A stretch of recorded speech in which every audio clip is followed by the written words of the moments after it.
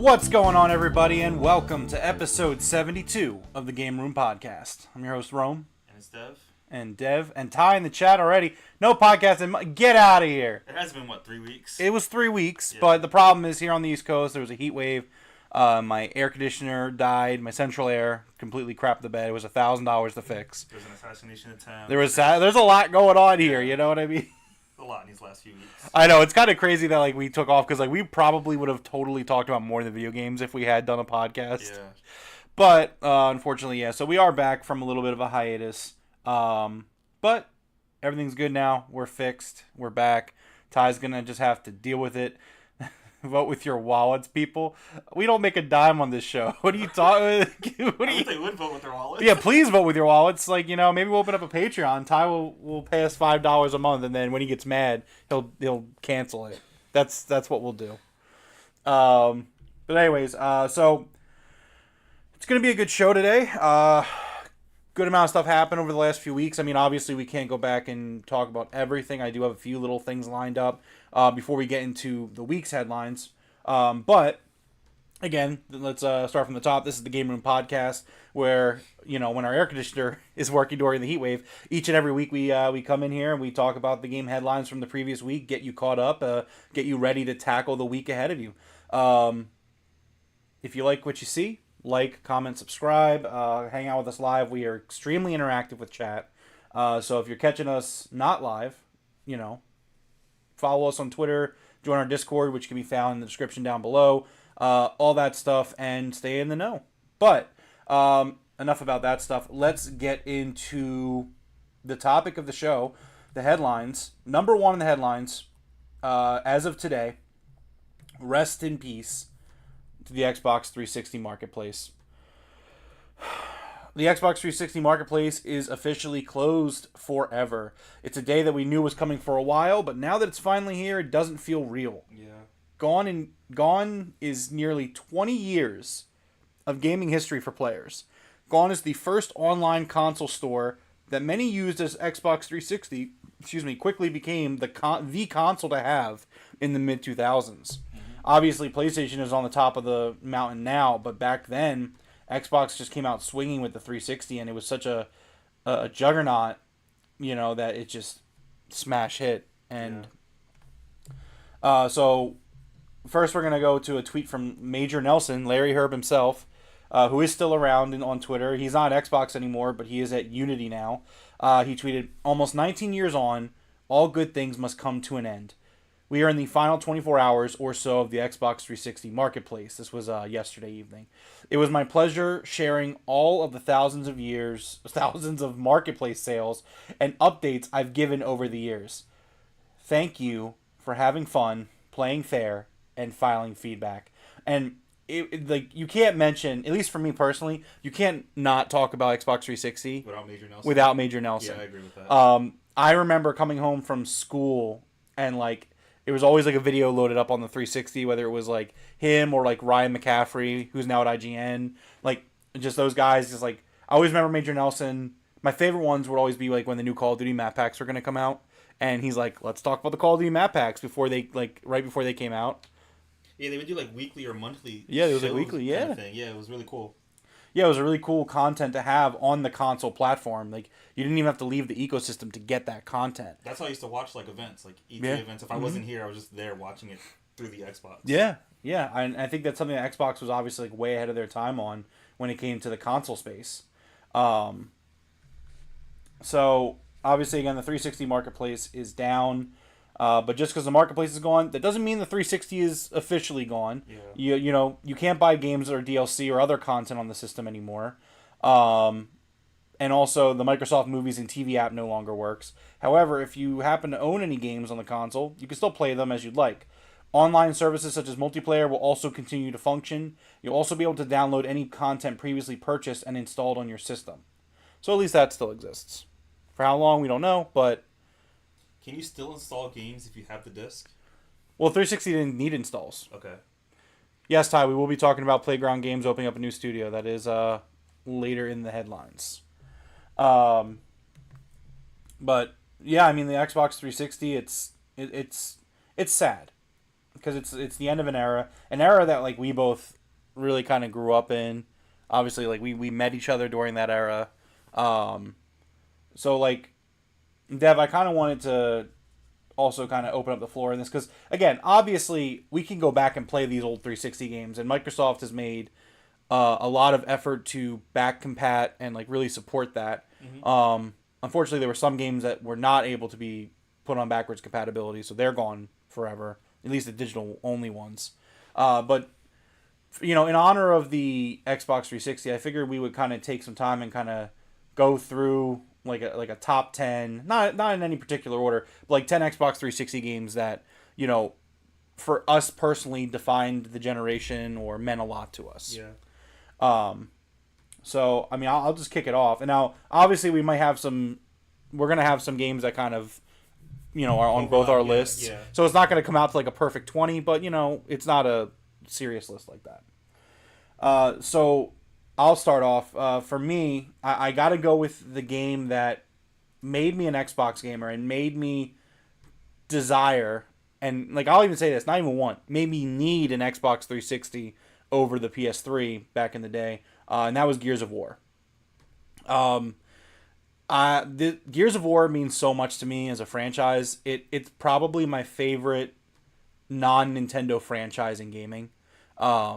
I love Gears of War so much. The story, the gameplay is perfect.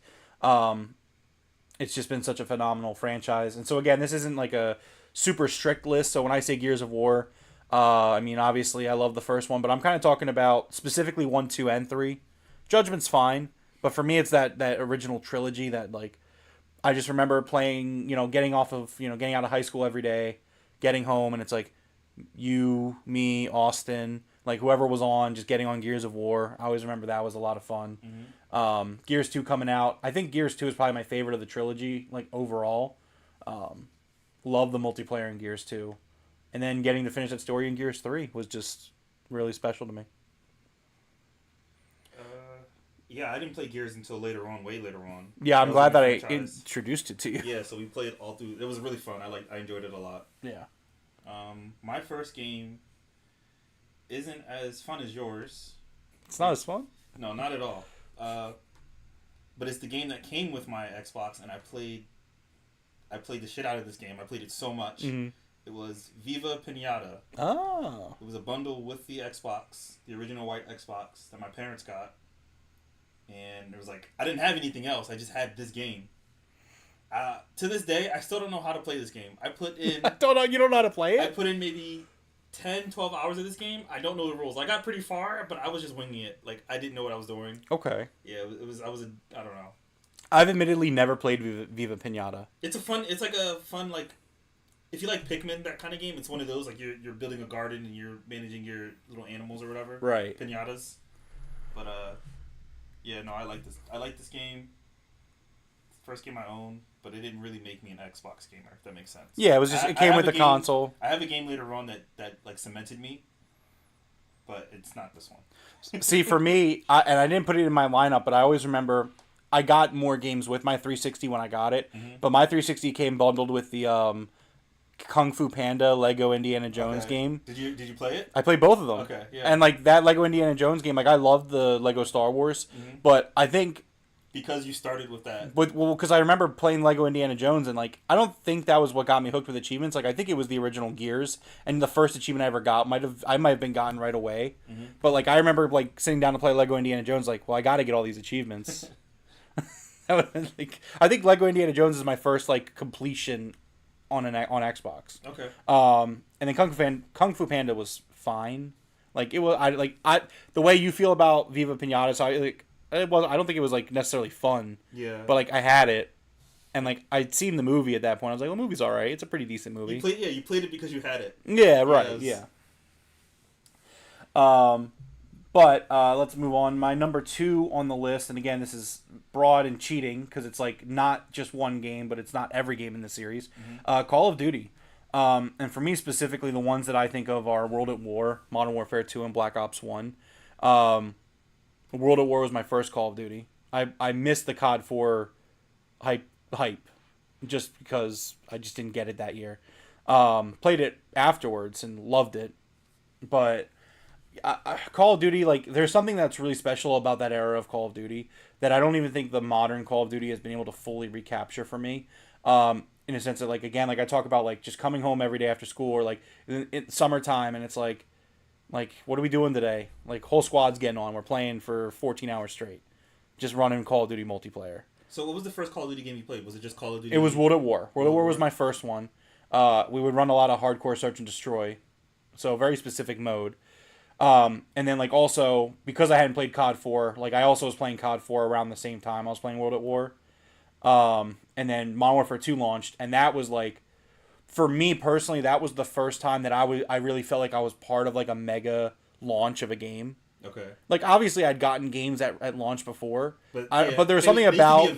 They used to be, like, events. Yeah, like, Modern Warfare 2 was the first one, really, because of my age, just, like, Mom wasn't letting us go to midnight releases at GameStop all the time. Like, prior to that, I mean, like, I think I went to 1 or 2, but like overall it was just generally like they would pick it up for me, like, stuff like that. Yeah. Was this the first one you got to go to? Yeah, so Modern Warfare 2 went to the midnight release, got the special edition. No, actually, you know what? I got sick. This is actually really funny. True story. So we were in high school, obviously, at the time. We were in 9th grade, and I was so excited for Modern Warfare 2. And I got sick right before the day before the game came out. Like, I went to school. It was a Thursday, or it was a Monday or whatever. And then, like, I got sick. I got really sick. And I was actually out of school for like 2 or 3 days, but I barely played. Like, I didn't play any Modern Warfare 2 at all. Oh, man. And so, like, I remember going to school and, like, no one believed you. All the kids believed me because they were like, you weren't online. Like, why weren't you online? Oh, okay, and I was like, I was sick. But the teachers, there was 2 teachers specifically that knew about video games. And they were like, we don't believe you. It's like, you brought a note in, so, like, you're not in trouble. But we're just letting you know. It was Leggett and Mr. Walker. I don't know if you had either of them, but yeah. But yeah, they just like, oh yeah, how's Call of Duty? And I was like, no, I'm so sick. I was so sick. That's funny. Dying, but I had like the whole $150 Prestige edition. It had the night vision goggles, which actually sucked, and yeah. Yeah, you had us try on the goggles. I remember, and they sucked. They were terrible. You had us try them on in your basement. We're like, you can't. See I was anything. so excited. I was a stupid kid. I was just so excited. I'm like, we gotta try this out. Yeah. Like, I was like, go downstairs. We had the lights on. And I was like, all right, I'm turning the light off. Ready? 3, 2, 1. It's like, what do you see? You were like, nothing. It's dark. Because it wasn't real night vision. It was it was like a little green light next to your eye, and it's just like, well, okay. Yeah. You saw green though. And then lastly, Black Ops 1. where again that was just kind of like the next year after Modern Warfare 2 and just being a part of that mega launch. And like I think Black Ops 1 is probably the best all around total package Call of Duty that they've ever made. I think the campaign is 10 out of 10. Multiplayer was 10 out of 10. It started with like the wager system, which was really cool. Just the way the class creation worked and the party modes with like gun game and zombies was the best it had ever been. So that's for me that's Call of Duty. Just in a nutshell, just I can't not think about Call of Duty when I think of the Xbox 360. This is another franchise that I didn't get into. I wasn't a Call of Duty. Like I probably played some matches, like random matches, because like other people had the game, so I played it. Right. But I didn't play the story for any of the games until recently. Mm-hmm. So what's next up on your list? I want you to do your next one. Oh, okay. Because your next one is my next one. So okay. So next up for me is Assassin's Creed 2. This was I played the first one before this, and I liked the first one. I'm actually gonna say mine is AC1. Okay. Because like for me, the first one was like, oh, this is really neat, and like it's fun. It didn't really grab me because again, the game is a very flawed game. Like I even think if you asked me to give it like a review score today, it's like for me it's like a 7 out of 10, maybe a high 6, where it's like there's a lot of cool concepts in this game, but I don't think the game necessarily plays very well in any way, and also think it gets very repetitive. So that's why I say Assassin's Creed 2, because Assassin's Creed 2 was a game that I remember my grandparents every year for Christmas they would get me one game for Christmas. They would get me like other stuff too, but they were like, well, what game do you want this year as like your main gift? Mm-hmm. And like I think the year before this was like Pokemon Coliseum, and it's like so you can see like a huge jump there where it's like I'm asking for like a GameCube Pokemon, and then I'm like, oh, you know, this new Assassin's Creed just came out. Like I don't know, I like the first one. And I was like, let me ask for that. So I asked for Assassin's Creed 2 and I got it, and I had no idea what I was getting into. Like, this is what made, kind of like similar to Gears of War, like Assassin's Creed is just one of my favorite gaming franchises of all time. Mm-hmm. Especially if you take Nintendo out of the equation, it's like, it might be like number 2. So, Assassin's Creed 2 was just such an excellent game. It took everything about Assassin's Creed 1 that was great and made it better, and then it took everything that was wrong about Assassin's Creed 1 and fixed it and made it great. And it's like, for me, like, it's the best Assassin's Creed game. Like, it's kind of crazy that they hit a home run in that with that second one. And I mean, there are other games in the franchise that are like really good, like Black Flag and Brotherhood and Origins. But like outside of that, like I mean, Syndicate was really good too. But I don't think they ever hit the heights that they hit with Assassin's Creed 2 personally. Assassin's Creed 2 is my favorite Assassin's Creed game. Mm-hmm. Like, I agree completely.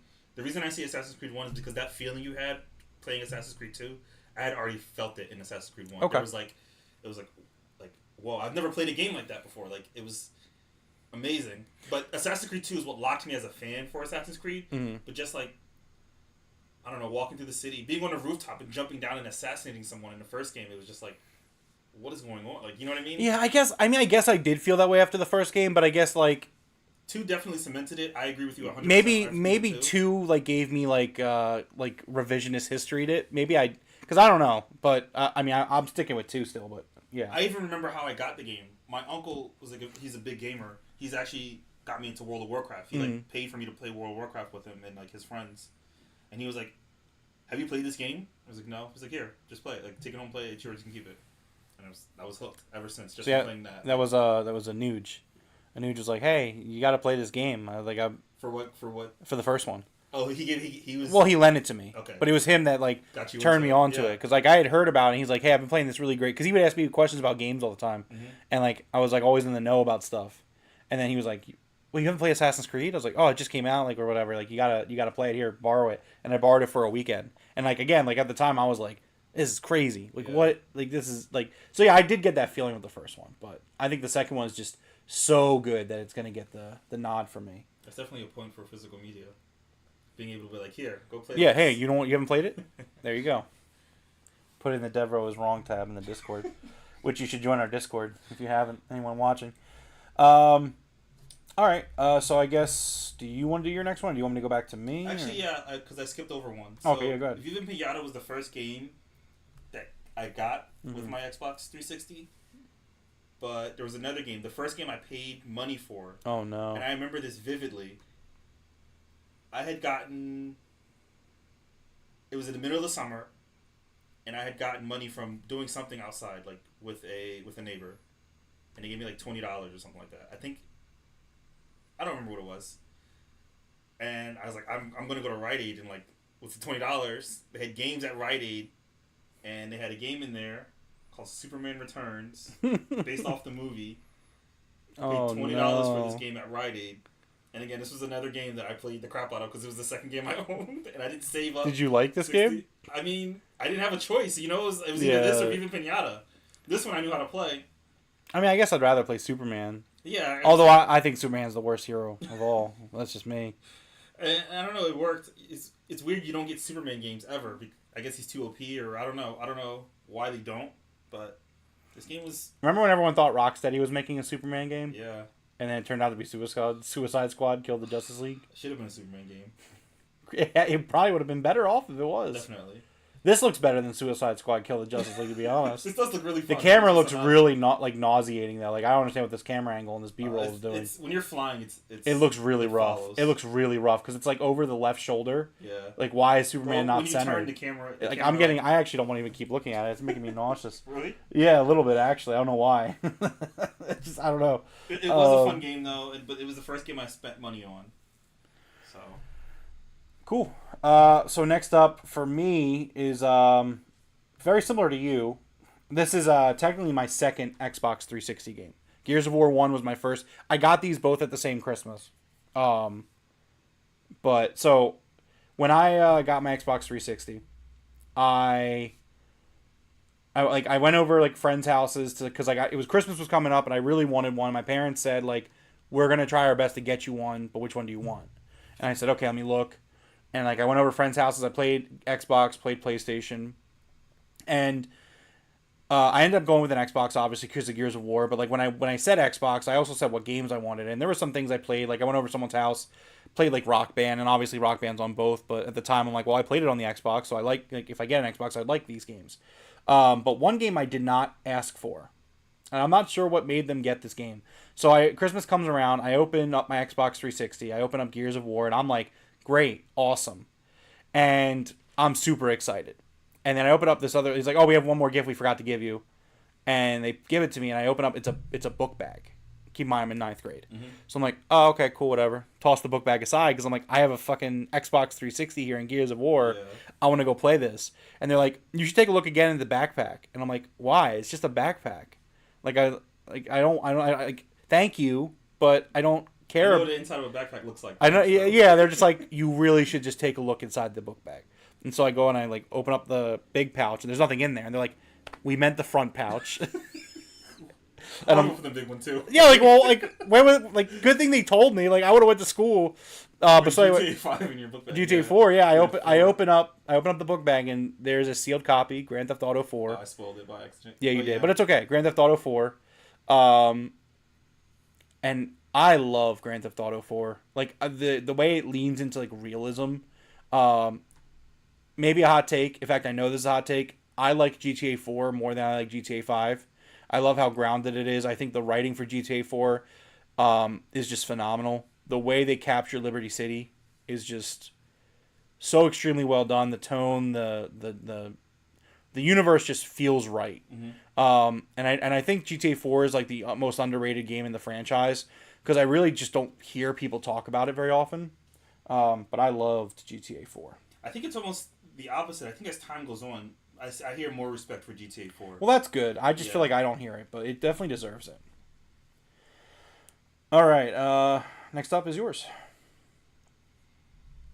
The next game on my list is... Oh, so you also have... Okay, I'll skip over and I'll do this one. So, this is a game that I have spent... This is a game you have not played. And to me, it's insane that you haven't played this game. Because you like the studio so much. And I want you to play this game one day. It's like probably a 60-hour game you can get into. Okay. I put in maybe 200 hours into this game, if I'm good, like over a summer. Okay. Actually, no. Every day after school, I played this game. Like every single day, Anyway, the game is Skyrim. It is.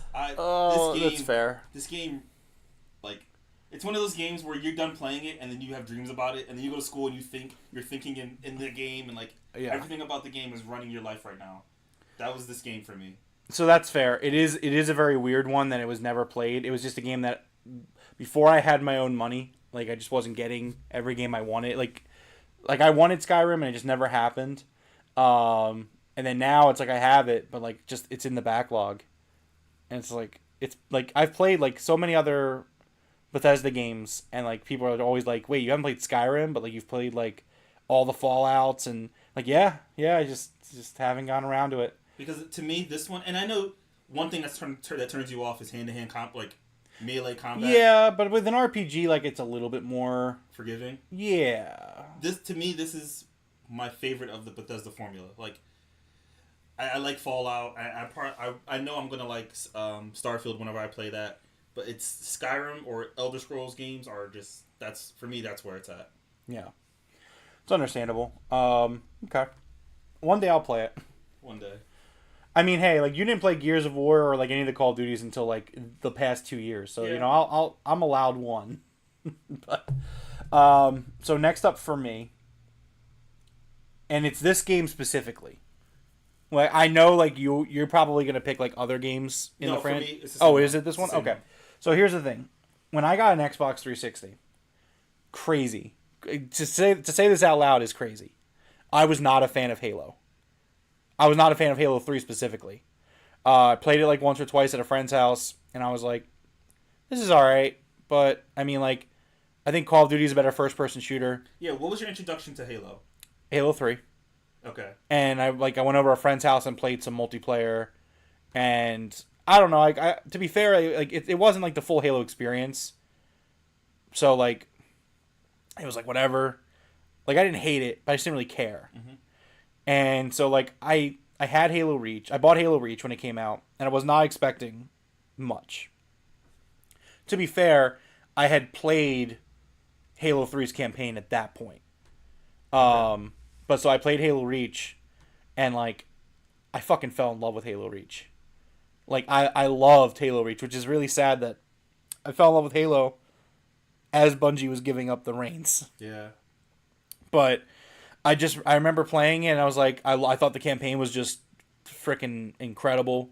I think it's an excellent campaign, really gut wrenching. Like these people are going to die. Like they're gonna fail. Like. And I knew that going into it as well. Like, even though I wasn't, like, super into the franchise yet. You thought I was an OG. No, I mean, I didn't have an original Xbox, unfortunately. I was a Nintendo kid. You can call me a fraud, that's fine. I've played all of them now. Like, since then. I'll even say this. I had played the entire Halo franchise before the Master Chief Collection had come out. So I think that's acceptable. But no, so I played Reach. And honestly, just fell in love with Reach. Loved it. I thought the campaign was great. I thought the multiplayer was really good. Obviously, I'm a big like single player campaign story guy, so it's like, again, just at the end of Halo Reach, just when they're like, "What's your current objective? Survive." It's like, and you can't do it. Yeah. You could try and try and try, but you can't. For me, it's pretty much exactly the same. I started with Halo 3. Yeah. At the time when this game came out, my cousin was living with me, and so we went half and half on this game, and then we played the entire game together.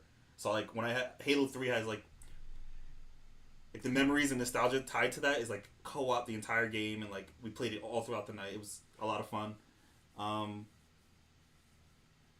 But Halo Reach is the game where when Halo Reach came out, I paid for that by myself. Yeah, same. And I went to the midnight release, and I don't remember if a Madden game was coming out the same night, but I remember people had a football in the parking lot, and we were just throwing around the football until, like, I was making friends. My mom's sitting in the car. It's midnight release. I'm making friends. She's like, "What are you doing?" Like, "I want to go home and sleep." And I'm like, "You're throwing football in a parking lot in the middle of the night with some random people you don't know." But no, we got the game. It was really fun.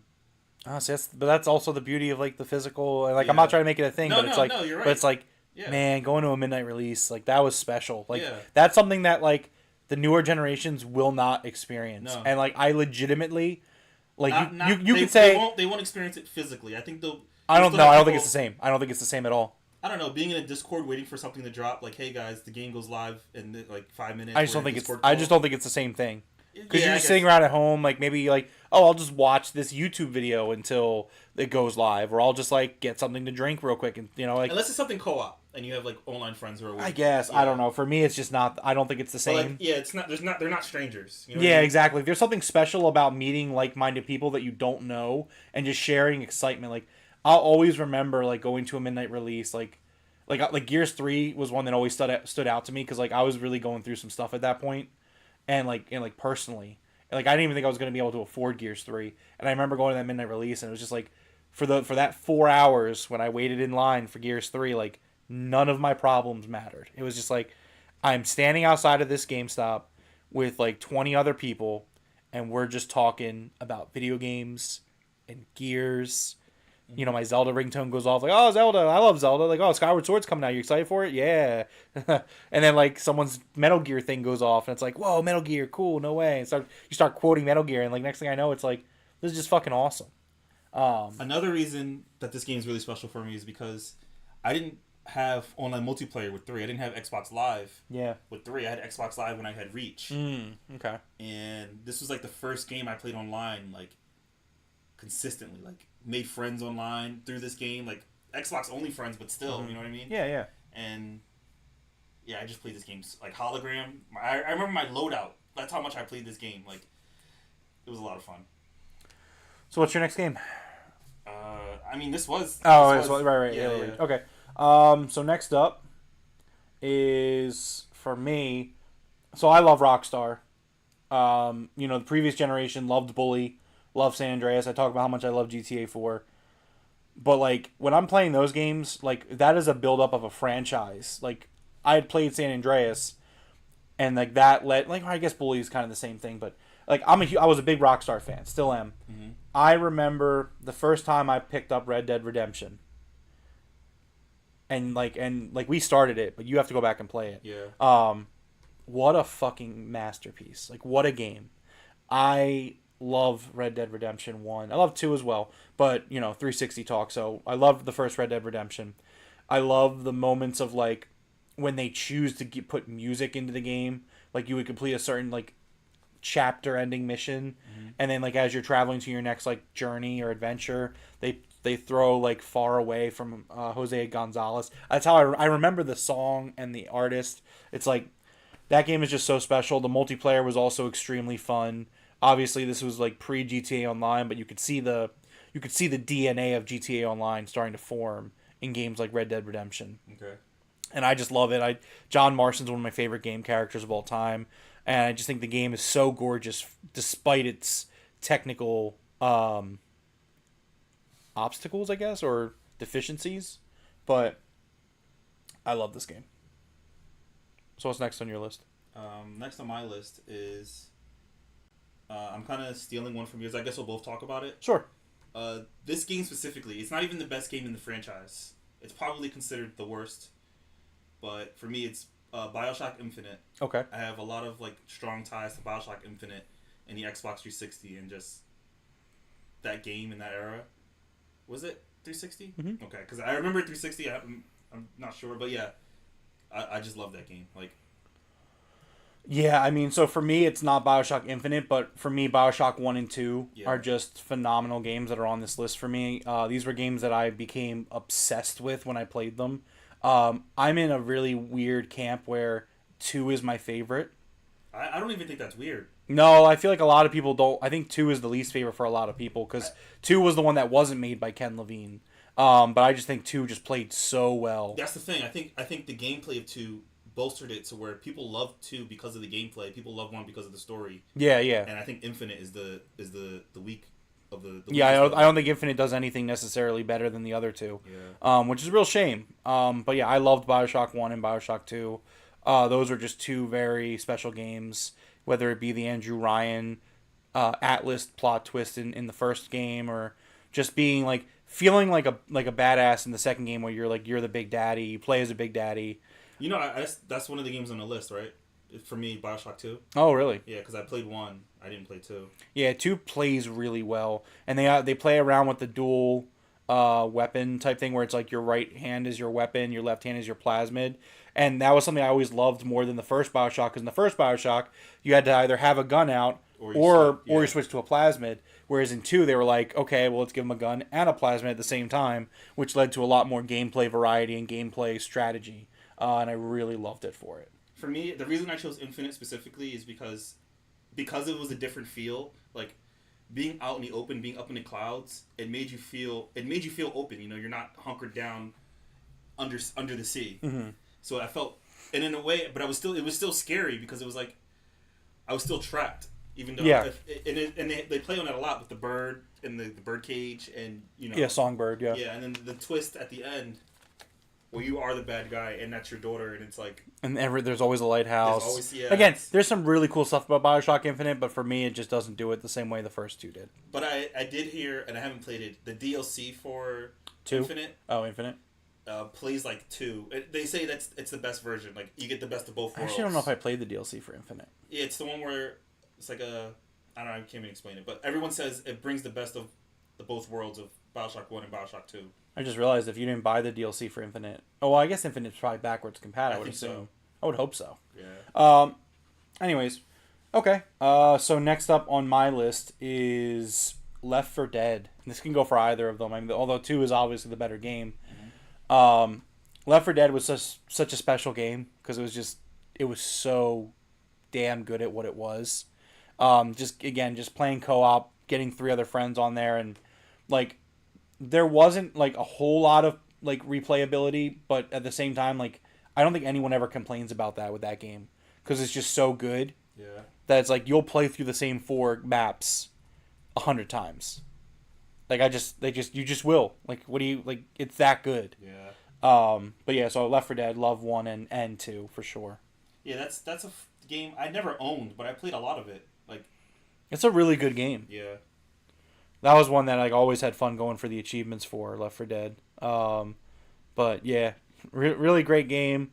I think it was also, thinking about it, I mean, I guess you can count Bioshock, but this felt like my first horror game. Oh, sorry, go ahead. No, I was just saying, like, Bioshock scared me, but this felt like my first, like, horror game that I played. Another thing I loved about Left 4 Dead was the camaraderie of it. Like, oh, yeah. They, like, not all co-op games have camaraderie. And Left 4 Dead for me was, like, the first co-op game that had, like, a real sense of camaraderie. Like, hey, if you like say like someone just run off and... yeah, you could just run off, but like say someone would like dick around with you and like take your loot or take something and then like you're like, hey, I asked for that, and like fuck off, you just down them. Yeah, it's like, all right, let me get you up and pick them up. Yeah. But like again, like yeah, just a real sense of like we're gonna get through this as a unit, as a team, like as a group. Like you can't just go off and solo this, otherwise you're gonna get screwed. Another thing with this game is they've tried to copy this formula. No, yeah. Countless times since then. There was like a year where there was like 6 of these games coming out, and I mean it's the same with Bioshock. Yeah, they haven't captured the Bioshock feel. No, the shock-like that you named it. Yeah, I don't know how. I don't know why Valve just hasn't made a third one. They can't count to 3 because they can't make Half-Life 3. Like if they make Left 4 Dead 3, that is an instant pre-order, buy, download, whatever. Like I don't even care. If you could make it exclusive to Steam. I don't play a lot of games on my PC. I will go and download it on Steam. Know, they would do it as like a VR experience. You know what I mean? I'll take it. At this point, give me something Left 4 Dead 3. I think please. The Half-Life Alyx fans were satisfied. I guess so. I guess yeah. I don't know. Valve doesn't really miss what they're doing. doing. This is really cool. You're playing the B-roll too because it's when the 2 teams meet from the first game and the second game. Mm-hmm. It's like and the one guy and old Bill doesn't make it. It's like fuck, damn it, Bill didn't make it. Anyways, what's next on your list? It's also a game on your list. Again, I chose probably the weakest game in the franchise, but for me, Fable 3. Oh, wow, you went with 3. Yeah, I went with 3. Okay. The reason I went with... Did you play 3? Yeah. The reason I went with 3 is because I remember that moment, and this is spoiler alerts for anyone who hasn't played Fable 3. I mean, we've been talking spoilers the whole video, so... Yeah. But that ending... So I'm playing like this fantasy game, and then there's an ending... that kind of switches the gameplay up where, like, all your decisions that you made throughout the game, whoever you sided with and all that, they're coming to collect their dues. Yeah. And at the same time, you find out that your brother was a necessary evil because he's trying to stop something, like, bigger and darker. Yeah. And when that happened, I was like, oh crap, like. Yeah. I know. I remember that moment. Yeah. And then I remember at that moment when I realized I can't solve people's problems because I didn't have enough money. I remember stopping the game, replaying the game from the beginning, and just going full evil. Like full evil. I put the rent up to the highest. I made sure I collected rent like every now and then. That way, when I went to that point, I had enough money. Keep everybody alive. Keep everyone alive, and most importantly, save my dog. Because I was like, yeah, I wasn't choosing the money. I was choosing the dog to bring the dog back to life every single time. That just wasn't an option. Yeah.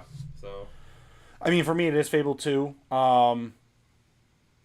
I think Fable 2 is just stunning. It's an absolutely stellar game. More than 3, in my opinion. And better looking? I don't know if I'd go better looking, but... Oh, just a better game? I just think it's an all-around better game. I love Fable 2. Story-wise, I think Fable 3 is the best. Fable 2, I like the gameplay of Fable 3, though. Okay. But I think story-wise, I think Fable 2 is better.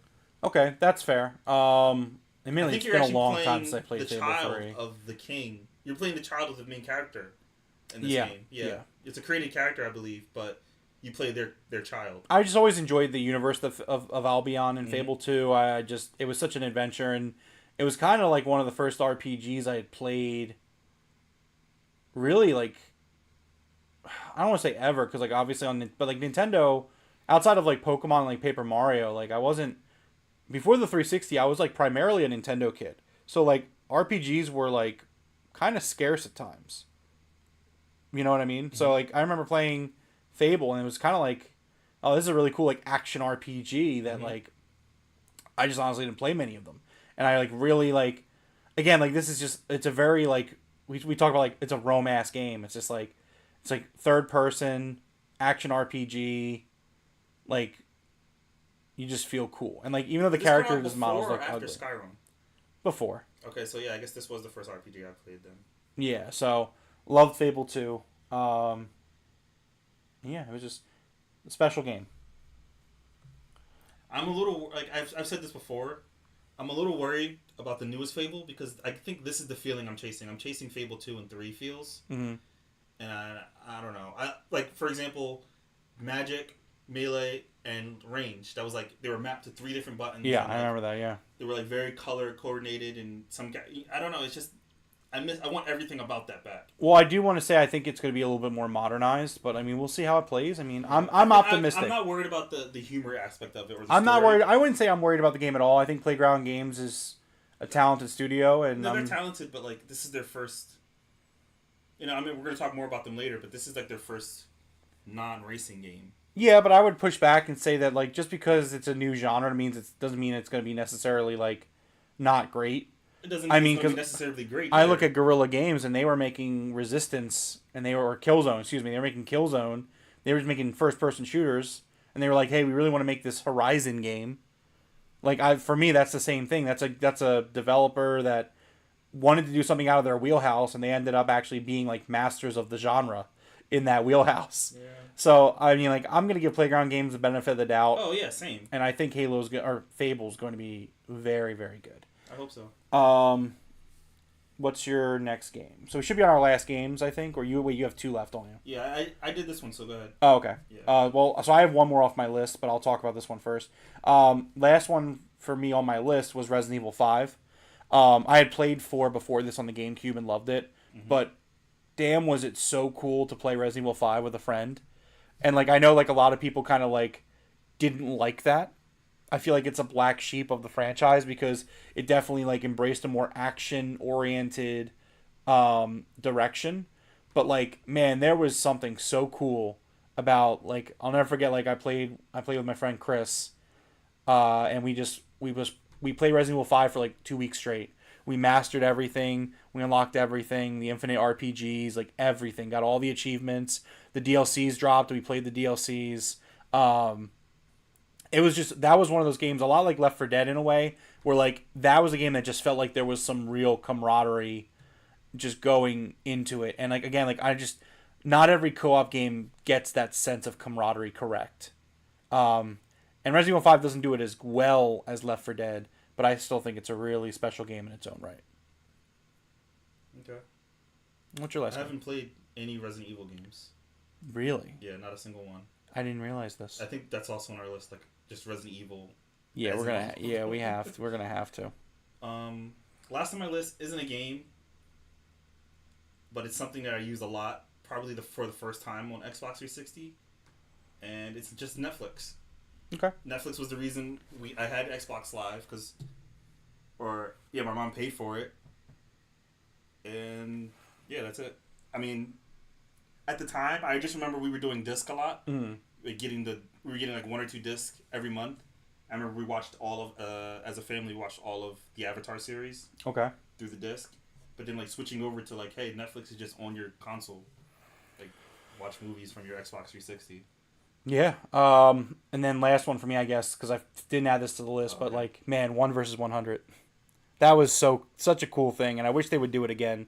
Like, being like a part of like a live game show that like it was time sensitive. You had to be there, and I forget what day of the week it was. It might have been like Wednesdays, I don't remember, but like you had to be there from 8 to 9, and then you were playing. And like that was such a special moment. You don't even need to add B-roll for it because I don't really have much else to say. It was really revolutionary. It's really surprising to me that nobody has attempted to do anything similar since. It was a live board game. It was not a board game. It was a live game show that you played, and you were on the game show. And like if you had answered enough questions correctly, you would get like I think they gave out like Xbox points and stuff. So it was like you could win currency in a way, like doing it. And so I just always was like, man, that's crazy that it didn't. Like didn't take off or wasn't. Then popular. No one ever did it again. Like it was very popular, but then when they stopped it, like no one ever tried to recreate that. I always thought that was crazy. All right. Well, Xbox 360 will always mean something important to us. And we're going to keep playing those games because I have discs. So, not going anywhere. Not for me. But anyways, we're going to move on. We're going to shoot through some stuff. Next up on the headlines, number 2, Resident Evil 7 bombed on iOS with only 2,000 sales. I mean, that's pretty much the headline. It's Capcom netted $28,000 from selling Resident Evil 7 on iOS. What are your thoughts, Devro? I mean, I'm not surprised. Kind of goes in what we said, last week. This feels like one of those games that just doesn't fit in a mobile setting. Mm-hmm. Yeah. I think multiplayer fits more in mobile setting. This game is, and you kind of lose some of the atmosphere of playing it on such a small screen, at least in my opinion. But this might be. I don't think you're going to agree with this take, but this is something that for me kind of signifies the need for a console space still, because obviously in the future, cloud's a thing, but really cloud is just a console server. It's like if you have a console, you're just running the cloud server in your own home. So it's like, which if you're a console manufacturer, like you don't want to pay the energy bill on that server blade. So like let the people buy the console and pay for their own energy for the cloud. But I think like by showing like I think that there's not a demand or a want even in the mobile market for these premium titles. So that means these premium games are going to still have to continue on in the console space. Because, like, not everyone still is going to want to buy a PC or build a PC. I feel like there's always going to be people that still want to go with the console route. And that's something that I take away from this, personally. Okay. Again, once cloud gets bigger, this game would fit perfectly fine on a cloud. Well, like I can still play this game in front of my TV on a couch through cloud, and I would feel a lot better than playing it on like you know what I mean? The screen of my phone on my 7-inch phone. So to me, that's why I can see cloud still being like really important. Even with Xbox pushing like, hey, you don't need a console. Like that was the whole advertisement. You don't need a console anymore to play Xbox. Well, they want to give people the choice, sure. Yeah, it's just. So something that always stuck out to me recently was, so Jez Corden said a couple weeks ago, he was talking about why he doesn't think console will ever go away. And the reason he kind of gave was the energy costs to run cloud. And he said that unless there was some sort of scientific breakthrough that would like revolutionize energy consumption on our planet, he can't see there being a time where a console manufacturer just wants to go only cloud. And so I thought that was an But interesting argument. Microsoft could easily do it. They already have the servers. I would assume they had the space for it. Like their servers. Yeah, are but again, miles deep. They're being. But again, if you're a corporation who just cares about money and wants to make money, what would you rather do? Because again, all a console is, or all the cloud is it's running off a server, but it's coming from a console. It may not look like a console, but it's coming off basically a computer that's a console. So it's like, why wouldn't you just sell the console to someone and let them foot the energy bill and still generate the same revenue? Yeah. If not more revenue. So it's like, that's the way I look at it, where it's like, Jezcord made that argument, and I think it's a pretty good argument. I think they'll just make us pay for it. Isn't that what we do anyway? I don't know. Number 3 in the headlines, Fallout Season 2 is ahead of schedule. In a new interview with Variety, creators of the show basically were like, hey, we think we're ahead of schedule in terms of being able to get Season 2 back. He clarified they don't have like a launch date or window, but they were like, we already got scripts in hand, so, that's good. I'm very excited for Fallout Season 2. They didn't have like a window of when. No, they said we don't have a window, but they said we're ahead of where we wanted to be. Okay. All right. Next up, Xbox. So, I think that this was something that Microsoft probably not super happy came out. But so this was one of the older stories that I did want to touch on kind of briefly. According to Xbox's EMEA marketing lead, he said, we're not blessed with as big of a marketing budget as our competitor, which is Sony. So this is over in Europe. Tom Warren from The Verge had kind of suggested that Microsoft might have been exploring giving up marketing for the Xbox brand in Europe due to just not a lot of popularity over there. Their thought process being they should just focus on markets that are doing well for them, which is like the United States market and stuff like that. Well, during a paywalled interview with Marketing Week, Xbox's EMEA marketing lead Michael Flatt surprisingly had some honest comments. He said, from a funding point of view, we need to work really hard against our competition, he said, pointing at PlayStation. PlayStation is by far the most dominant console platform in Europe, owing to decades of underinvestment and disinterest from the US-centric Microsoft. Microsoft's global operations have long been criticized for treating non-US customers like second-class citizens. Dev, what are your thoughts on basically... I mean, it is true. It doesn't matter to us much as Americans, but they do not advertise super well in Europe. And so now this guy's coming at very blunt comments like, it's not my fault. We just don't have the funding PlayStation does for marketing. I mean... I definitely don't believe that. Like, you don't think? It's a money thing? Microsoft has way more money than... If you could spend $70 billion on a company, you could spend some money on advertising.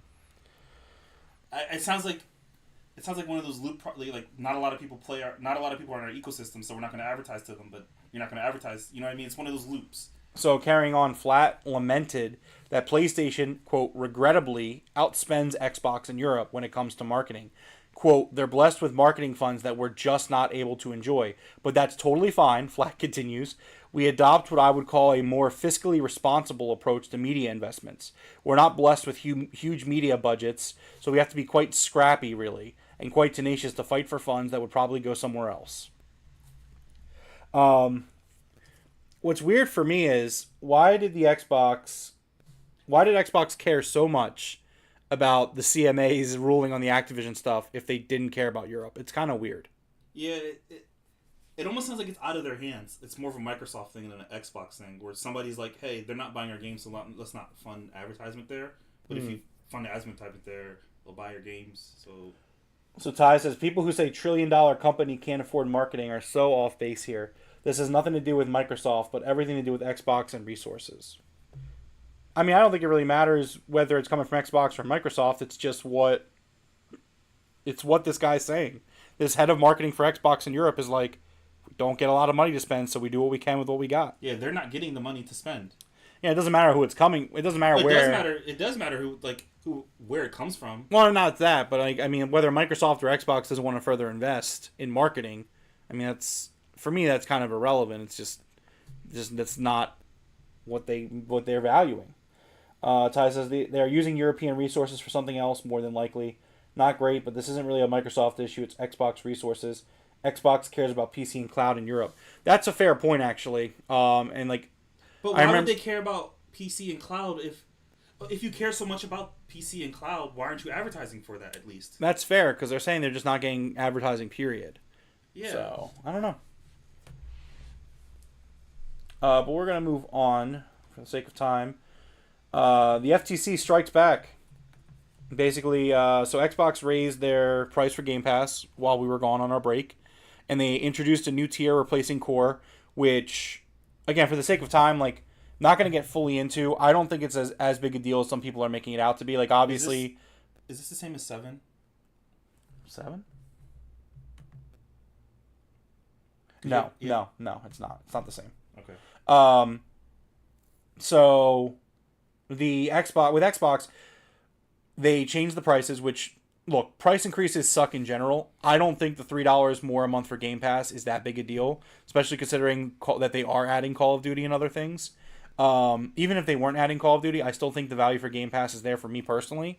I mean, because if you play one $70 release that Xbox puts out on Game Pass, like that alone covers, even for $20 a month, that's over 3 months. You know, if you play enough games in a year, like, you're going to get your money's worth out of Game Pass. Me personally, I thought that it was dumb to have Game Pass console because Game Pass console didn't include online multiplayer.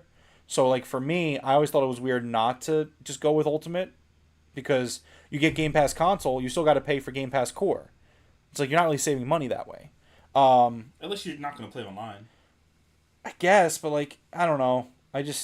It just seemed really weird to me, and so the new Game Pass tier gets rid of day one first party games, which again to me, it sounds like to me they just want to push people towards Ultimate, which yeah, of course, just get Ultimate. Like I'm like, and then obviously the Game Pass. I get why people don't though. There's a lot of games on there that you can play that you're not even going online for. So yeah, I guess. If you're not an online multiplayer person, I don't get Ultimate. I just think Ultimate's worth it because you get console, you get PC, you get the cloud, you get everything with Ultimate. So but if you're not going to use it, why pay for it? I guess just because you have, I don't even have an Xbox, and I'm pretty sure I'm going to switch over to Game Pass PC because why pay for Ultimate if I'm not going to use it? I'm not going to stream games. I don't have a console to play on. Right. Yeah, no, I get it. That's fair. But so anyway, so the Federal Trade Commission is back, and they've blasted Xbox over the Game Pass price increase in a filing to the U.S. Court of Appeals for the Ninth Circuit. The FTC calls this new Game Pass standard tier that they've added a degraded product because new Game Pass users won't be able to sign up for the $10.99 Game Pass for console, which includes day one access. Instead, Xbox Game Pass Standard will be priced at $14.99 and won't include day one games, but it will include online multiplayer. Quote, Microsoft's price increases and product degradation, combined with Microsoft's reduced investments in output and product quality via employee layoffs, are the hallmarks of a firm exercising market power post-merger, the FTC said in their filing. Dev, what is your take on this? Do you think the FTC has a point? Did Xbox end up lying in court by... So they said we want Activision Blizzard, but we're not going to raise Game Pass prices. We're not going to do all these things. They pretty much went back and said they weren't going to do all these things, and they did them. They laid people off. They raised the prices for Game Pass. They got rid of a tier. They've made a lot of changes that all coincide seemingly with Call of Duty coming to the service. Does the FTC have a valid point here, do you think? I mean, yeah, I think the FTC probably does. I'm sure it was written in paper or at least said as a verbal agreement that they weren't going to do these things. So yeah, I don't see why not. I don't see why the FTC wouldn't have something to say about it. This felt like we all knew this was going to happen. Like, oh yeah, Game Pass prices is going to rise. We all knew that. I already predicted that they were going to have a tier without day one Game Pass games. Yeah, which I thought it really makes sense. We both thought that was going to happen. So it's like I don't remember hearing anything where I thought, oh, that's not going to happen. Maybe the FTC heard something else. I don't know. But so Microsoft has responded. They said it's wrong to call its offering degraded since the standard tier is allegedly replacing Game Pass for console, which did not include multiplayer. Yeah. Earlier this month, Microsoft announced changes to its gaming subscription service Game Pass to provide consumers valuable options at different price points, it says. Microsoft is offering a new service tier Game Pass Standard, which offers access to hundreds of back catalog games and multiplayer functionality for $14.99 a month. Let's see. It's wrong to call this degraded version of the discontinued Game Pass for console offering. The discontinued product did not offer multiplayer functionality, which had to be purchased separately for an additional $9.99 a month, making the total cost $20 a month. I have a question though. Yeah. Did Xbox Game Pass come with day one games? You mean like Game Pass for console? Yeah, Game Pass. Yeah, it was day one first party games. So yeah, I can see it with there.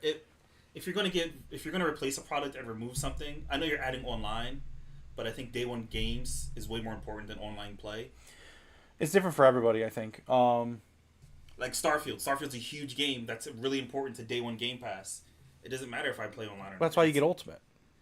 They're pushing people to Ultimate. That's the idea. I know, but you got to remember, a lot of this is going to be like parents getting this for their kids, so they're not going to want to spend too much. And not only that, like I don't know. I think it's fair to like.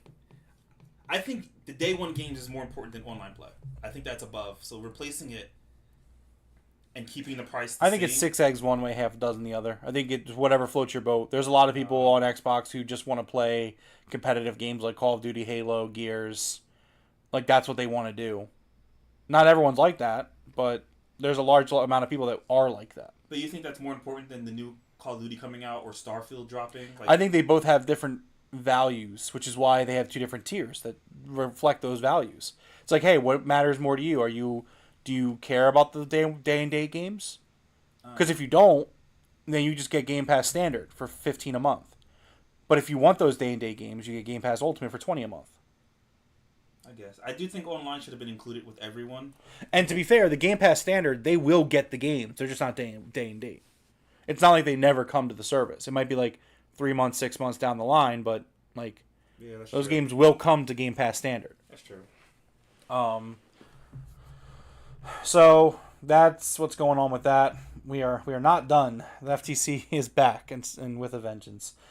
Speaking of which, Devro, you may not believe this, but in the year of 2024, our Lord and Savior, we have an update on the gamer lawsuit. Oh my gosh. Are you excited? No. What do you mean you're not excited? I thought this was done. It's the gamers, man, fighting for us. It's already over. It's done. No, they're fighting. For what? The following comes. Microsoft already owns it. The following comes from Stephen Totillo. Lawyers in the gamer lawsuit against the Microsoft Activision deal sent a letter to courts this past week, hearing their appeal. Says Game Pass price hikes show plaintiffs are in fact suffering monetary harms that they asserted they would suffer, and their expert economist predicted. And then, like, we're not going to read the whole letter, but it's just like, hey, we told you. We're back. It's the gamers. We did all know that the prices were going to hike. I don't think Xbox... Look, it was signed. Joseph R. Severi. I don't remember hearing from Xbox that they weren't going to raise the price of Game Pass. If they did, they're in the wrong. If they didn't, I mean, they did it anyway. They're getting away with it. So, I don't know. Yeah. Well, anyways, the gamers fight on. Number 6 in the headlines, Stardew Valley's developer is promising that he's gonna keep future DLC and updates all free. He took to Twitter in a new in a new series of tweets. He reassured fans that he has been personally working on the mobile port every day, because he's still working on the mobile version of Stardew Valley. Is still not out yet. Concerned Ape, which is the developer, simply reiterated it will announce when meaningful news like a release date is ready. The dev made it clear they're working harder to progress, with ports and updates on the mind at every minute. In the same thread, someone asked about pricing. The developer said they will never charge money for a DLC or update as long as I live. They also invited fans to screen cap this and shame me if I ever violate this oath. I love that. Yeah, it's really cool. Concerned Ape is just a really cool guy. Obviously, it's a one-man team making this game. This game, I think, would do a killing on mobile, if I'm being honest. I think it would, too. And I think this is a premium title. My wife would love this. My wife would totally play this on her phone. Yeah, I think this game would do a killing on mobile. Yeah. A lot better than Resident Evil 7. Yeah. Number 7, speaking of 7, new Game Pass tiers being discussed at Xbox. According to Windows Central, this includes cloud-only tiers for Game Pass and ad-supported tiers, which we've talked about in the past, and potentially the return of the family subscription plan. According to Windows Central, they've heard very tentative rumors that the Game Pass Family and Friends plan could return in some form. Testing a family membership which allowed 5 people to access a single subscription for $25. That was a thing, and then they shut it off because they were like, wait a second. Yeah. 5 people sharing a Game Pass subscription? I'd be sending you money every month for our shared Game Yeah, Pass give me $15 a month. Yeah, for real. And while Microsoft previously said it was exploring the possibility of offering access to Game Pass in exchange for viewing advertisements, Windows Central claimed the company isn't currently actively working on it at the moment. Earlier this month... Oh, never mind. Okay, yeah, that's pretty much it.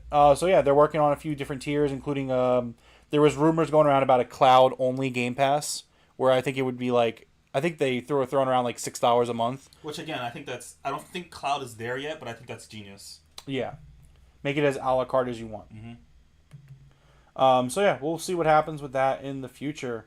Number 8 on the headlines, Concord. No, Devro. We're going to have to talk about it. Yeah, because I have questions. There's some things I don't know. Okay. I'm hearing contradictory things. So here's what... So we're going to go off of Paul Tassi from Forbes, his reporting on this. Mm-hmm. While initial Steam numbers did not look great for the open Concord beta over the weekend, the end result is even worse than Paul Tassi had anticipated. He expected at least some level of surge from its initially low player count as the beta got going and they hit the weekend. Sundays are generally when most games peak, after all. That did not happen. Instead, its player count declined. There are 2 main problems here. The peak for a free open beta was way too low. The game peaked at 2,388 players on Thursday when it launched. That is a very, very low amount of players in the context of a new multiplayer release.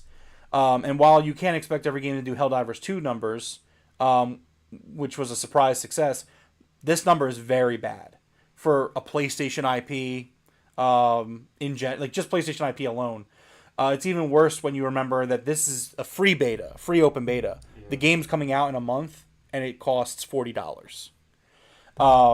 Interest in the beta declined from day one. This may be the most concerning point, honestly. One of the positives that Concord has going for it is that the gameplay can, in fact, feel pretty fun. Okay, so... Yeah, continue. But this chart indicates, and the chart's on the web on Forbes, 1, there was very little word of mouth getting other players to try, and 2, those who were playing became disinterested quickly and did not stay around. From its Thursday launch, player count declined every single day, and what should have been a peak Sunday was its lowest of them all. On Sunday, only 1,117 players were playing the beta. So what's going on here? Paul Tassi says there's a few factors. The combat's good, but it does not stand out enough.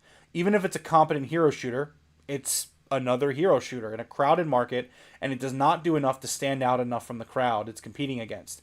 I mean, it's competing against like IP like Marvel with Marvel Rivals, and then like juggernauts in the genre like Overwatch. Like it just, you can't compete. It's competing against a lot of those types of games. It may attract some fans, but enough to be viable, that doesn't seem likely at this point. Another thing Paul Tassi says is the roster is not compelling. It's hard to explain, but players do not really like the vibe of this game from an aesthetic character kit perspective. That's absolutely the sense that Paul's been getting. While the 70s sci-fi homage may be fun for some, it mostly has not appealed to the wider public. This ranges from the first underwater downvoted trailer to the now actual game. And then the third reason, it's $40. It's a competitive market. Essentially, all of its competition is free to play, and if these numbers are bad now, once players are asked to pay for the final game, this is not headed in a good direction. We do not know what the numbers are on PlayStation consoles. These numbers are Steam specific, although he'd argue even 10 times these numbers would still not be great for an open beta. It's important to note Helldivers 2 has had more players on Steam than PlayStation. And despite what some players are saying, even a last-minute free-to-play switch wouldn't work here. Paul speculates due to like messaging and stuff like that.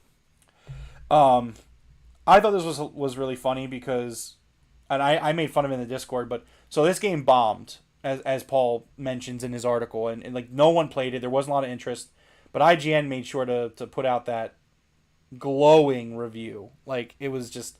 Well, so I don't know if IGN was praising. No, they were praising Concord. No, I know that, but that's what I was saying. Where I'm getting mixed things because a lot of people who have talked about it of those 2,000, not a lot of people, but those few 2,000, they all said the game was fun. It's like I'm one of the few people that have played Concord. Yeah, they all said the game is fun, so that's why when I heard the beta was so bad, I thought maybe maybe like the game wasn't working right, or maybe just like I didn't know what was going on. I didn't understand it. I didn't read the article. But I just think the game looks really generic. Now again, like I didn't play it. I was not one of the 2,000 people. I think the game just looks really generic. It doesn't. To me, it doesn't stand out in any way. It just nothing about this game is like, wow, I really need to get in and play this game. Something about this sets it apart. No, I hope this gameplay you're playing is. No, it's the internet. Okay, I was gonna say it's lagging really bad. Yeah, I turned it off. No, I think the opposite. I think the game itself looks fine, but I think everything the guy said, like the 3 things that killed this game, I think that he's 100% right. Yeah, I agree. What was the first one? I already closed the article, but I know one was like price. Yeah, this game should be free to play. Like out the gate, this game should be free to play. Competition doesn't stand out from the competition. That was one of the 3 things. I know that I'm more lenient on because you're not going to gate a game like Marvel comes with an existing IP, like everybody knows those characters. Sure. And Overwatch was kind of an anomaly. It got like a huge boost of Overwatch did a great job at showing off the characters. Yeah, did whereas a great job showing off the characters. The thing about the characters in Concord, like we talked about it when we watched the State of Play, I think that those characters just felt like Guardians of the Galaxy ripoff. Yeah, it just like nothing about them seemed original or really like I didn't care at all. But I think it's also like with these kind of games, you build a relationship with the character as you build your own story for the character as the game goes on. Right. But and then this game should not be $40. This game should be free to play. That's just for me. That's the biggest thing. And and the fatigue. People are tired of hero shooters. Yeah, I mean, that's what it is. Who knows if this game will survive? I don't know. Well, at least you can wishlist it on Steam. Do you think it's doing well? Wishlist on Steam? Probably not. You would be correct. Concord's beta hasn't been a huge success for Firewalk Studios. Fell flat on its face on Steam. As the time of the writing of this article, which was July 25th, so 4 days ago, the game was currently ranked 793rd on Steam wishlist leaderboards, and it's being released in just under a month. Yeah, that's to put that into perspective, here are some numbers of wish lists on Steam for some of these games. Stalker 2, 217,854, ranked number 4. Arena Breakout Infinite, ranked 13th with 119,000. Kingdom Come Deliverance 2, 24th with 61,000. These are all multiplayer games. No, Kingdom Come's a single player, and so is Stalker 2. Dragon Age The Veilguard, 42,000, number 55. State of Decay 3, which had a great showing at E3, by the way. Phenomenal gameplay. 14,441, ranked 153. So these are just some of the games that are on that leaderboard and where they shake up. And Concord is at 793. It sucks because with only 4,000 people. 4,000 people wishlisted it. I don't think this is a bad game at all. I don't think the reason this is failing is because it's a bad game. I don't think that's the reason at all. It's just, it should be free. It's hard to compete with all these other games, especially the multiplayer games that are already in this world. Yeah. Yeah. It sucks. This game's going to die. It is. A quiet death.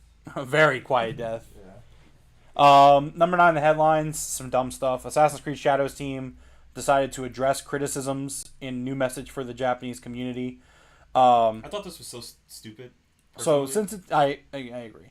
Since its announcement, Assassin's Creed Shadows had been heavily criticized. Players have raised concerns about historical accuracy, mainly around the game's new protagonist, Yusuke. Recently, a petition was launched in Japan to cancel the game entirely. The Assassin's Creed Shadow dev team has addressed these criticisms in a new message for the Japanese community. So the message... Sorry, it's just loading. To our esteemed Japanese community, a message from the Assassin's Creed Shadows development team. Firstly, we want to express our heartfelt thanks for all your support for Assassin's Creed series, which is now has its own history spanning almost 20 years. Over this time, we have explored various settings, time periods, and characters from an assassin during the Third Crusade to a Viking in 9th century England, and countless more. For many of our team, creating an Assassin's Creed game set in feudal Japan has been a long-cherished dream. Since the announcement of Shadows, we have received many positive reactions, but also some criticism, including from you, our Japanese players. We share your passion for history and deeply respect your care for the historical and cultural integrity of your rich heritage. We would like to address a few points to clarify our intentions and creative decisions. Overall authenticity efforts. We have put significant effort into ensuring an immersive and respectful representation of feudal Japan. However, our intention has never been to present any of our Assassin's Creed games, including Shadows, as factual representations of history or historical characters. Instead, we aim to spark curiosity and encourage players to explore and learn more about the historical settings we get inspired by.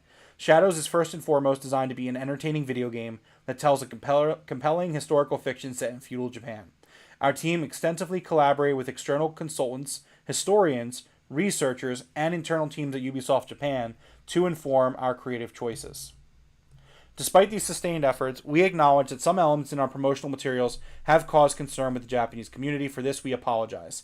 All game footage presented so far is in development, and the game will keep evolving until launch. Based on the constructive criticism we have received, we will continue our efforts until we put this game into your hands and beyond. We also want to clarify that while we've been consulting with many people throughout the development process, they are in no way responsible for the decisions that are taken by the creative teams in the interest of gameplay and entertainment.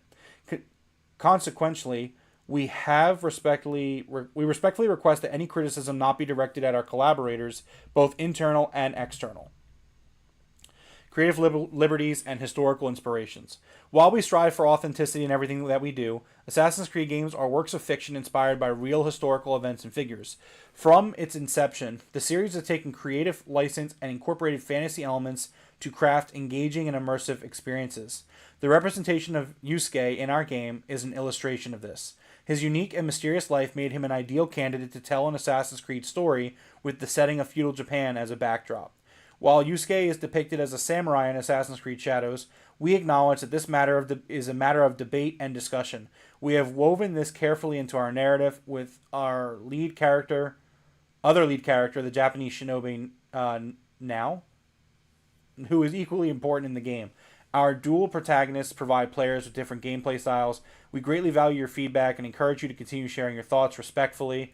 While we understand that meeting everyone's expectations is very difficult, we sincerely hope that when Assassin's Creed Shadows launches on November 15th, players in Japan and around the world will appreciate the dedication, effort, and passion we have poured into it. Devro, Ubisoft did not need to even respond. I agree. I thought that, obviously, like when enough people were upset as a company, you feel a need to respond. I think, here's the thing, right? It could be louder over there. I don't know what the narrative in Japan is for this game. So here's my understanding, right? So my understanding, right, is Yusuke was a person in history that did in fact exist.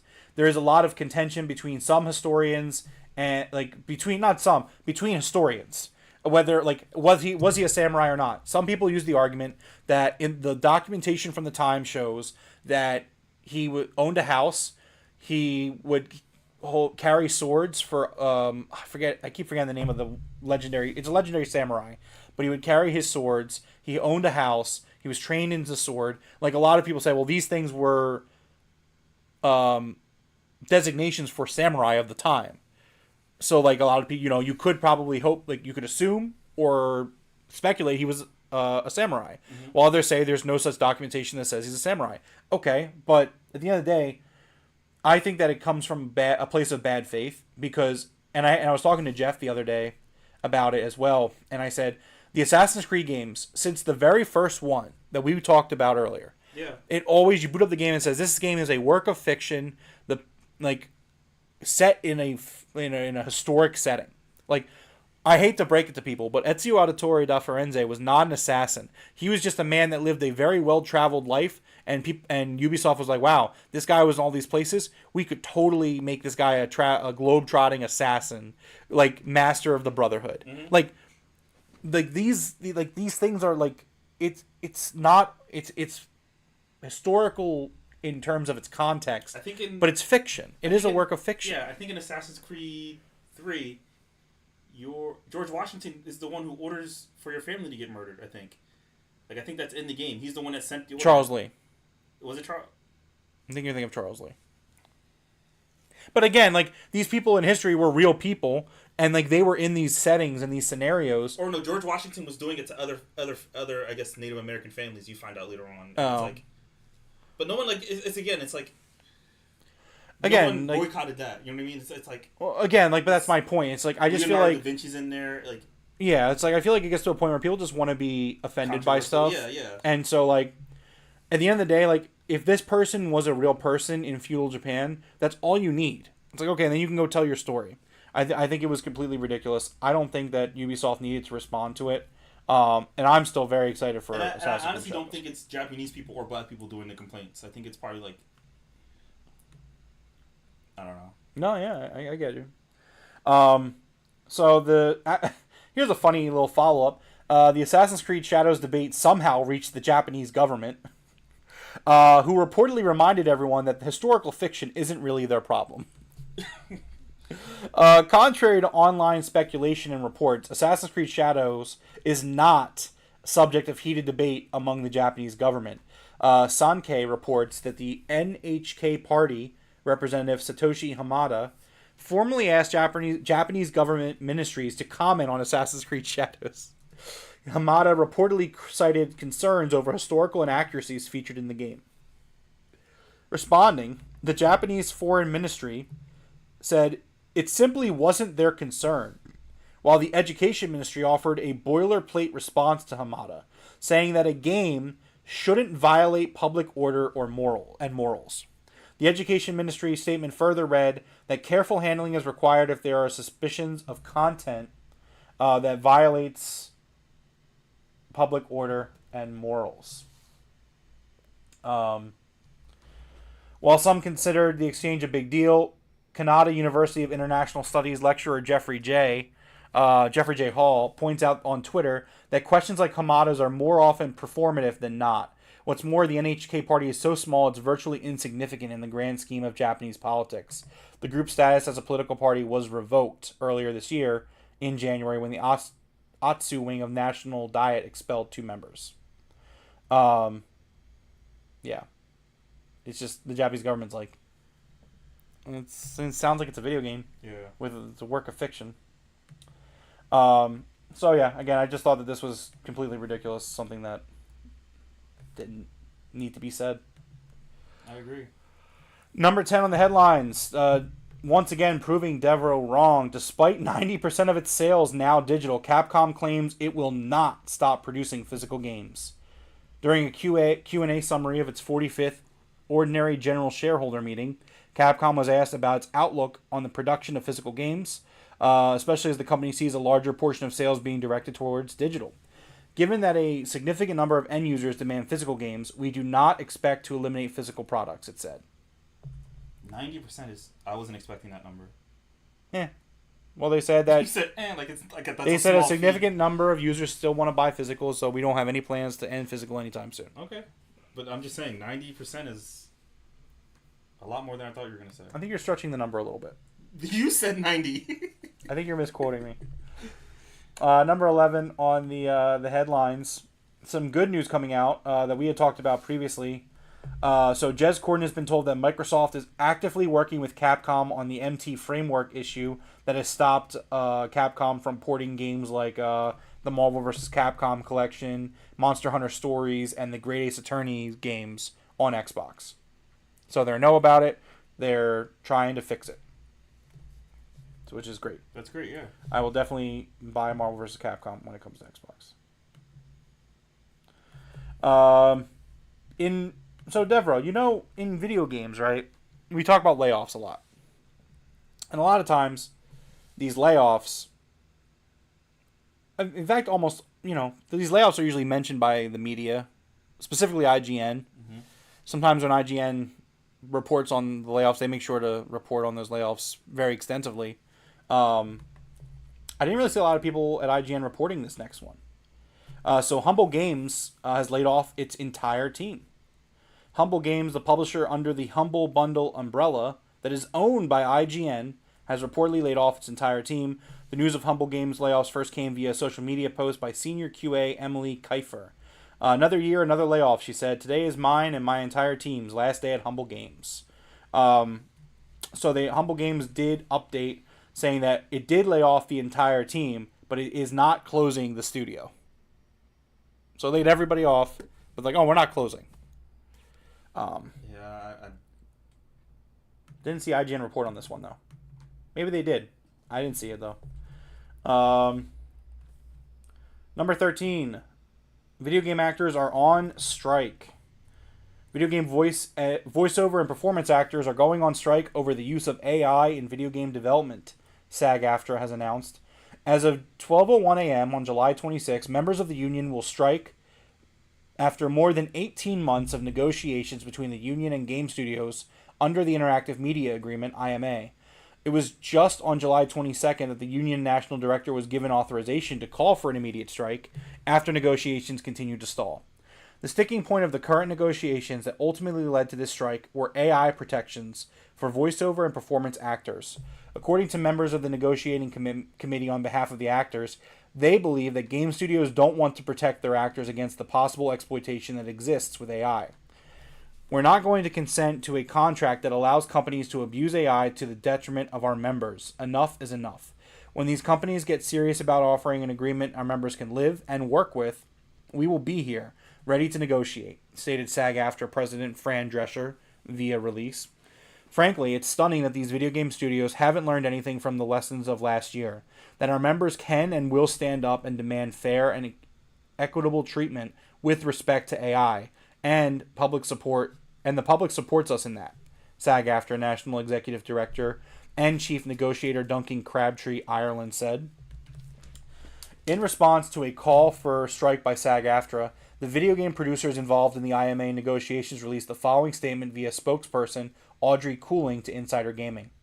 Quote, "We are disappointed the union has chosen to walk away when we were so close to a deal, and we remain prepared to resume negotiations. We have already found common ground on 24 out of 25 proposals, including historic wage increases and additional safety provisions. Our offer is directly responsive to SAG-AFTRA's concerns and extends meaningful AI protections that include requiring consent and fair compensation to all performers working under the IMA. These terms are among the strongest in the entertainment industry." What are your thoughts, Dev, about video game voice actors and motion actors going on strike? Like me, you, and Ty went back and forth on this for a long time in the Discord. But the one thing I kept asking that no one can answer is, what's the solution? What do you do about it? The solution is that you get protection signed legally saying that you can't do these things. Or you can protect the workers. And what does that mean? Who can't do them? What do you mean? Like, are you going to say no one can use AI in their video games? I mean, it depends on what they come up with in the agreement. I think it's just something really hard to police. I get it. You can't just come out and say, you can't do this. I mean, like you said, we were all going really back and forth on the topic. I mean, I do want to see some AI regulations put in place. Absolutely. I do want to protect voice actors and stuff like that. I mean, I want my art to be made by humans. I mean, obviously, I'm okay if tools are used, obviously, but at the end of the day, like, no, I want voice actors to voice characters in my games. Like, unless there was, like, the only way I'd be okay with, like, an AI voicing it is if, like, it was, like, in the game, it was, like, an AI. Like, if it's a practical use, I think that's a good idea. I'm fine with that. But, like, overall, it's just like, hey, like, if your character is a person, like, I want it to be voiced by a person. Even if, like, I don't know if, like, could I be fooled by an AI? Like, I think I could be. But, like, that doesn't mean I don't want it. You know what I mean? Like, I still want authenticity. That's just how I feel. So... I just don't know how you obviously the AAA studios are going to be the worst offenders of this, and we're already seeing it. But yeah, one, people don't care enough, and two, I don't know how you stop. Like, what, like, smaller studios are going to want to use AI because it's going to help them, and they're not going to be allowed to. Like I don't know. I don't know how this is going to work, and the way it's going so far, I think AI in this scenario, these studios are going to win over the people. Well, I mean, they're going to hold out. They're on strike now, so I mean, but it's like you're striking something. I know they're preemptively striking, like they just want guidelines in to protect them. But you're striking something where these companies don't need you anymore, and that's the part that sucks. So it's like, you're fighting for something where they're like, okay, bye.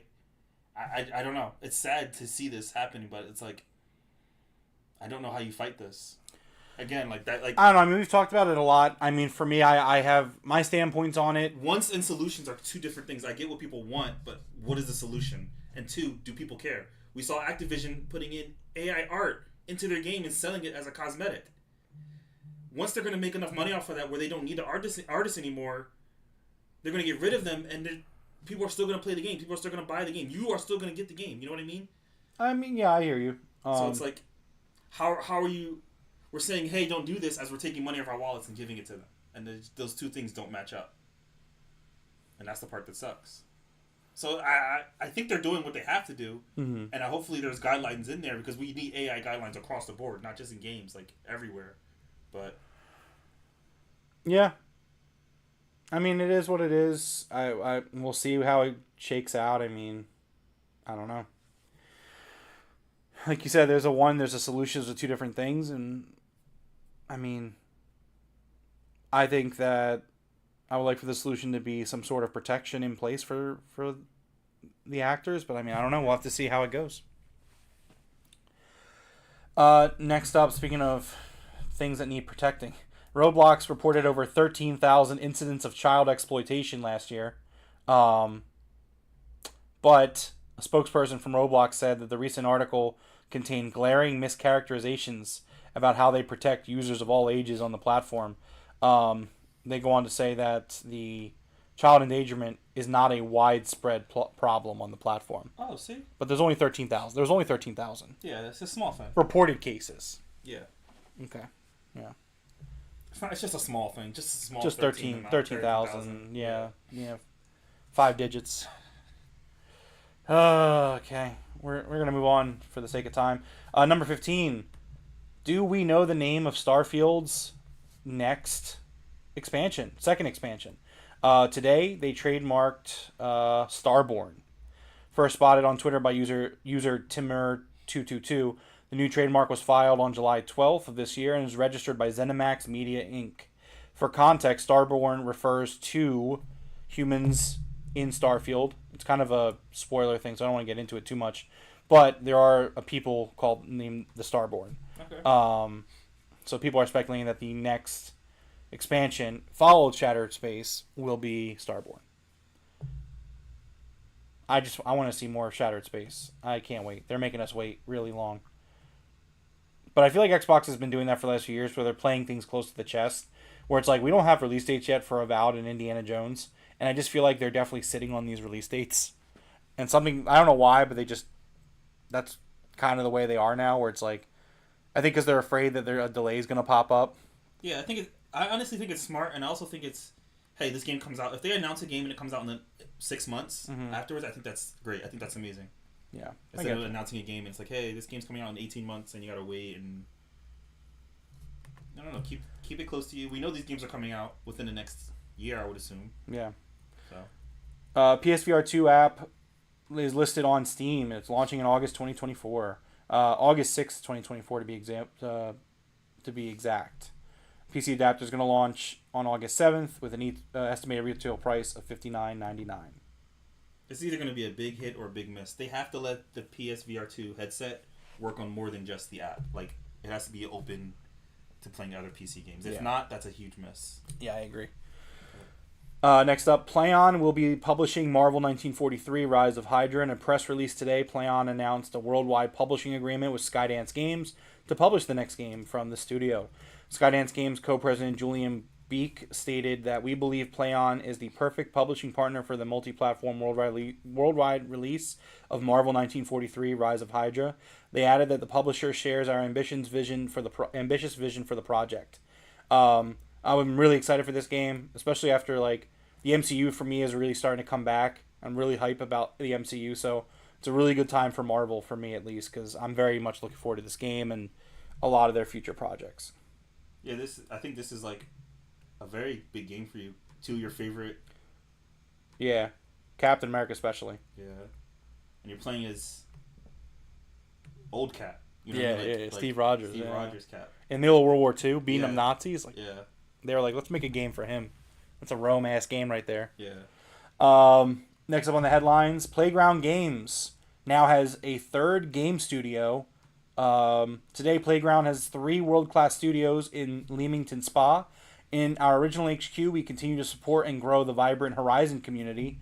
In our new studios on the other side of town, we are excited to be developing Fable, a new beginning for the legendary franchise. So it sounds like to me, Playground Games is gearing up to really be a big player for Xbox. So it's like I feel like they're adding another studio to help streamline their development teams, and I think that's really big for them. I mean, moving forward, Playground Games being the developers of 2 of your biggest franchises, like that's again we have to see how Fable shakes out, but that could be really huge for them. So, all right, next up, Capcom sales fell dramatically in the first quarter. By nearly 50%, to be honest. Not to be honest, sorry. 50%. Capcom has revealed that its sales have dropped nearly 50% during the first quarter of fiscal year 2024 compared to the same time last year. Specifically, sales have fallen roughly 44% to $138 million. So, we will have to see.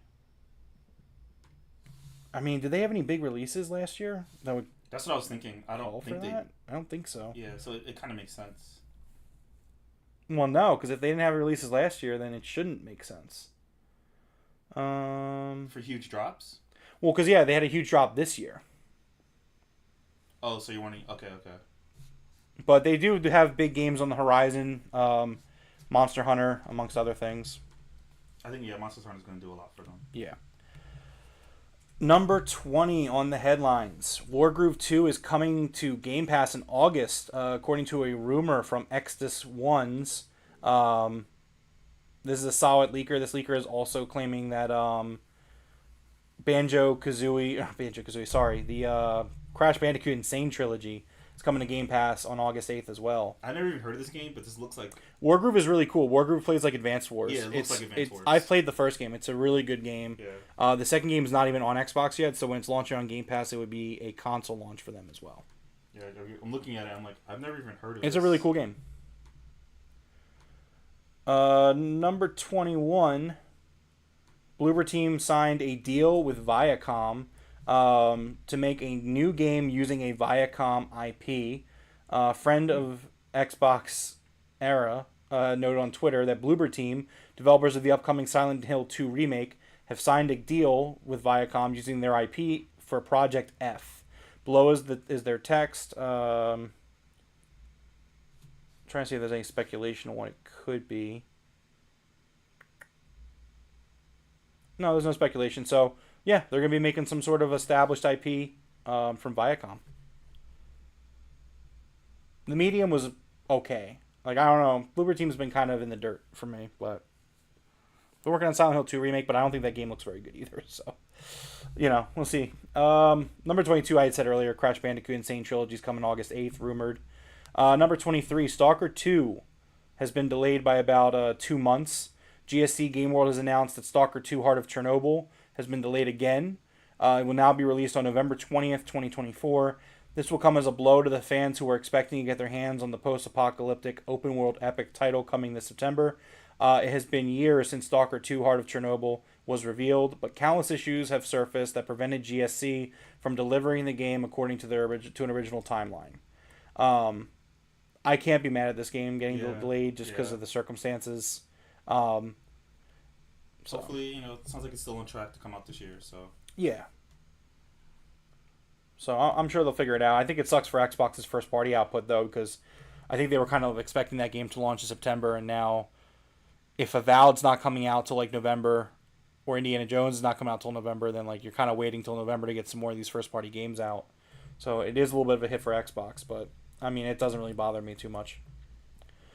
Number 24, the Xbox Mobile Store for games may be launching soon. This is due to a web page that has appeared for the Xbox Mobile Store on the Xbox site. Okay. We don't have much more than that. Just, it's there now. And then, lastly, number 25 on the headlines. Launch model Xbox One consoles with older firmware are failing to update. According to Digital Foundry on Eurogamer, the 2013 launch models of the console, the larger VCR-like console, seen, it's the image above on the website, is not downloading the latest firmware update. The report stems from a small number of claims on the NeoGAF forums that players were struggling to download updates for older Xbox One consoles. After further investigation, the Digital Foundry team found that Xbox One consoles containing outdated firmware may no longer be able to update. The team attempted to update 3 Xbox One consoles, 2 running from a dashboard from 2017 and 1 running a dashboard from 2018. All 3 failed to update the latest firmware, not only by trying to download the update, but also by saving the update to a USB stick and trying to install it that way. Xbox consoles can't function online unless they're running the latest firmware. Oh, sorry, there's an ad on that website. So yeah, I mean, at that point, you should probably just buy a newer Xbox. It's like, man, my Xbox One from 2013 is just not, it's not working anymore. Yeah. It's like, it's been 11 years. It might be time. It might be time to upgrade. There's a lot of great games out there now, that you can play. You should probably do that. That's it for the headlines for the week. Let's dive real quickly into the game releases for the week of July 29th. Coming out August 1st, Operation Tango for Switch. Star Wars Bounty Hunter comes out on PS5, Xbox Series, PS4, Xbox One, Switch, and PC on August 1st. Thank goodness you're here. Comes out on PS5, PS4, Switch, and PC on August 1st. Tomba Special Edition comes out on PS5, Switch, and PC on August 1st. And the Mortuary Assistant comes out on PS5, Xbox Series, PS4, Xbox One on August 2nd. My pick for the week this week is, with a grain of salt, I'm going to pick Star Wars Bounty Hunter. Okay. Love that game. It's a remake of the older game for the PS2 and GameCube, and I think it was on the original Xbox as well. It's a great game, but it's also being made by Aspyr, which made the really broken Battlefront port. So right now their track record not super great, but hopefully they can put out a good game here. Devro, what is your pick for the week? Thank goodness you're here. It just looks like a really weird, quirky, fun game. It reminds me of Chowder a little bit. Yeah, a little bit. Yeah. I will say the Mortuary's Assistant, I watched gameplay of it. You work at a mortuary, one of the bodies is possessed, and you got to figure out which one it is based on like puzzle clues. Oh, that sounds pretty interesting. Yeah, and it's a horror game too, so. Okay. Yeah, so that's the releases for the week. Kind of wrap things up here. I've been playing Octopath Traveler 1. I'm trying to move through it quickly. Very quickly, but I am doing 100% playthrough, trying to get all the achievements and everything, so I am 55 hours in right now. Jeez. I'm telling you, man, I'm trying to... Now, I think that a completionist run is about 120 hours, so I'm about halfway through. Okay.